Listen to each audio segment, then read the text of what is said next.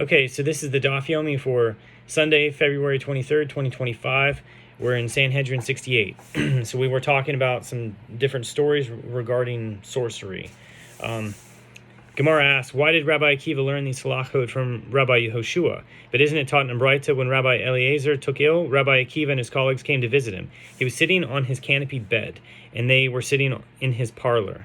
And they did not know if he would be able to receive them due to his illness.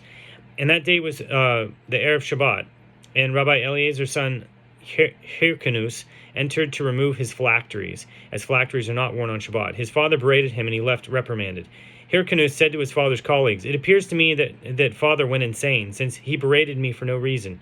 Rabbi Eliezer heard this and said to them, he, that is Hyrcanus, and his mother went insane. How can they neglect Shabbat preparations with regard to prohibitions punishable by stoning, such as lighting candles and preparing hot food, and engage in preparations concerning prohibitions by rabbinic decree, such as wearing phylacteries on Shabbat? Since the sages perceived that from this retort that his mind was stable, they entered and sat before him at a distance of 4 cubits, because he was ostracized. Bavli 59b. So it is forbidden to sit within 4 cubits of an ostracized person.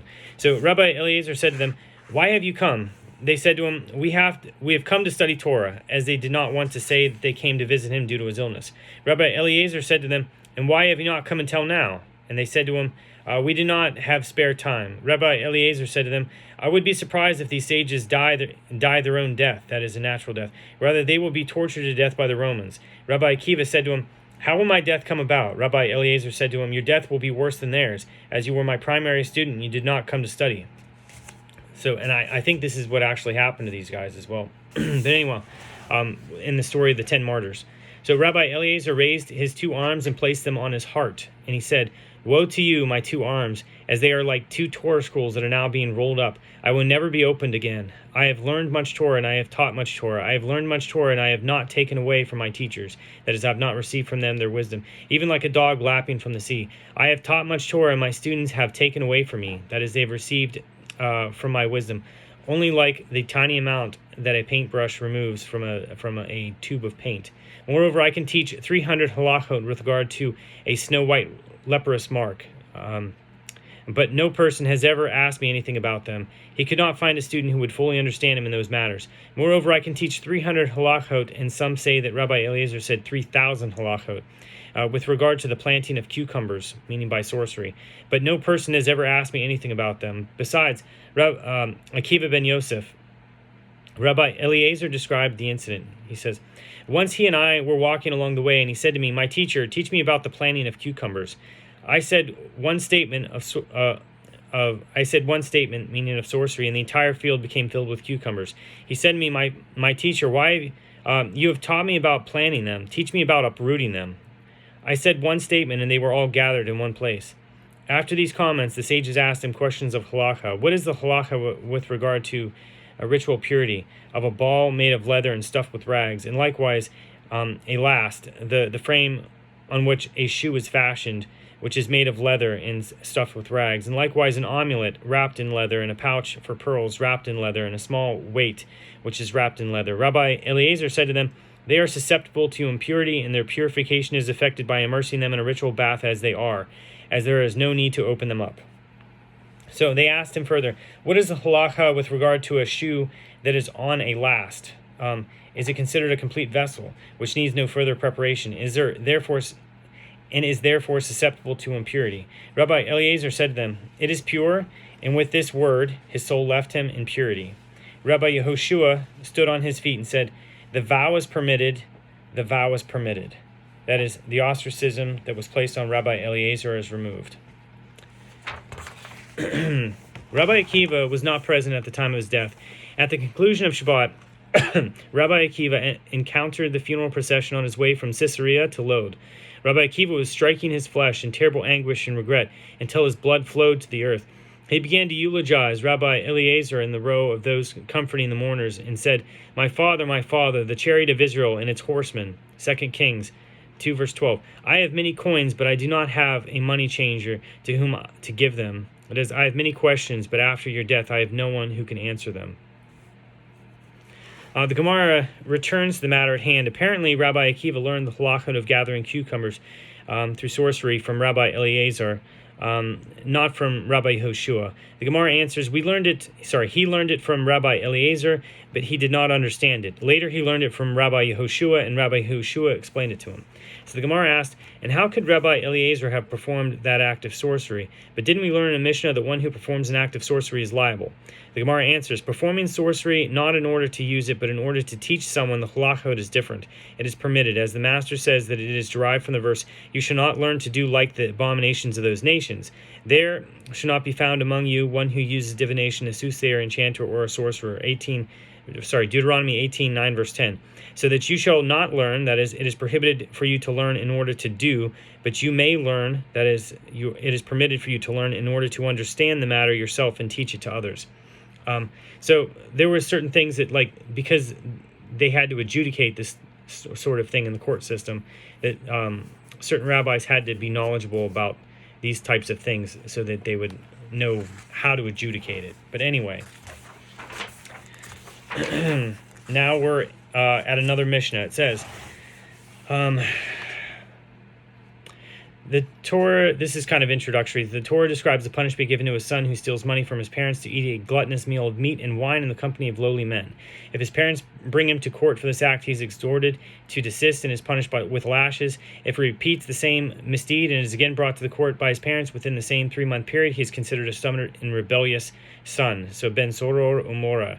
He is liable to receive the death penalty, which in this case is execution by stoning. Okay, so the Mishnah says, for when does a stubborn and rebellious son become liable to receive the death penalty imposed by a stubborn and rebellious son?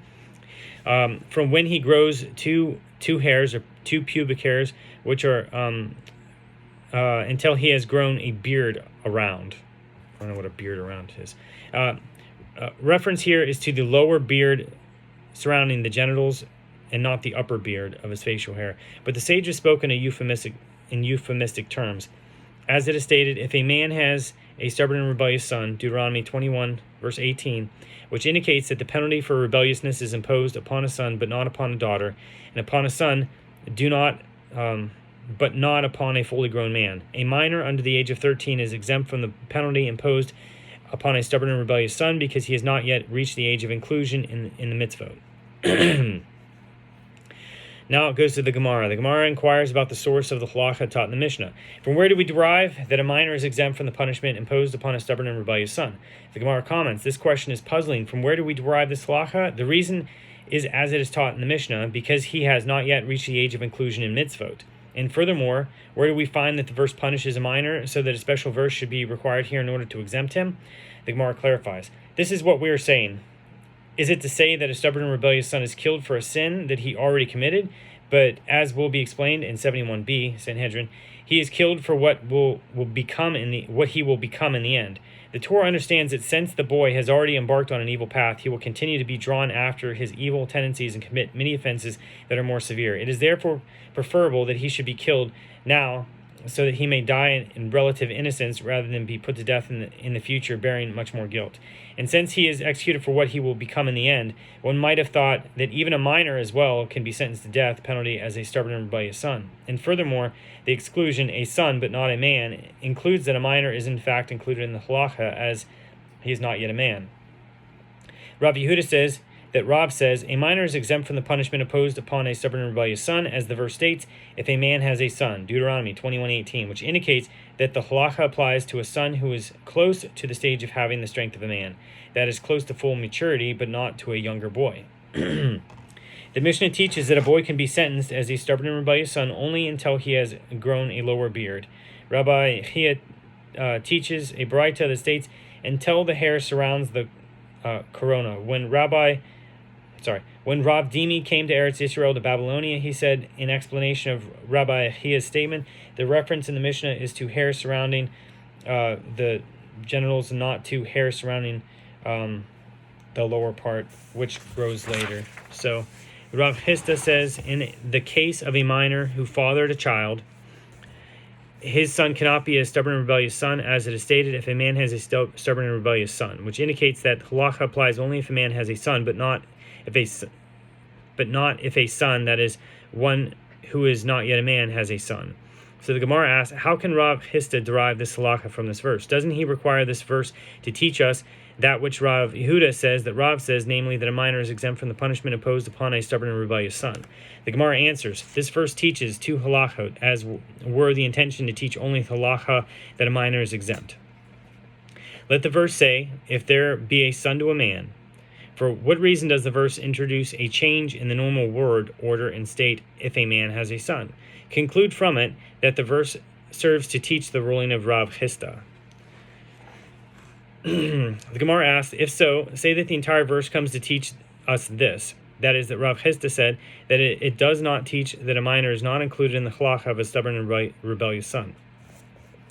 The Gemara answers, if so, the verse should have stated, if there be the son of a man. What is the meaning of, if a man has a son? Conclude two conclusions from it. Both that a minor cannot become a stubborn and rebellious son, and that if a minor fathered a son, the son cannot become a stubborn and rebellious son. So the Gemara comments, and Rav Hista's statement disagrees with the opinion of Rabbah, as Rabbah says in connection with one who returns stolen property after having taken a false oath that he did not steal it, a minor cannot father a child, as it is stated. But if the man has no relative to whom restitution can be made, let the trespass that is recompensed to the Lord be the priest. Numbers 5, verse 8. And is there any man in the Jewish people who does not have a relative? All members of the Jewish people are related, as they all descend from the patriarch Jacob, and therefore every person has a relative who is fit to inherit from him. Rather, the verse is speaking of the robbery of a convert, who is treated like a newborn child and considered to have no ties to his natural parents or relatives. If he did not father any children after his conversion, he is a man with no relatives at all, and therefore if he dies, property that had been stolen from him must be returned to a priest. Okay. That's the end of 68.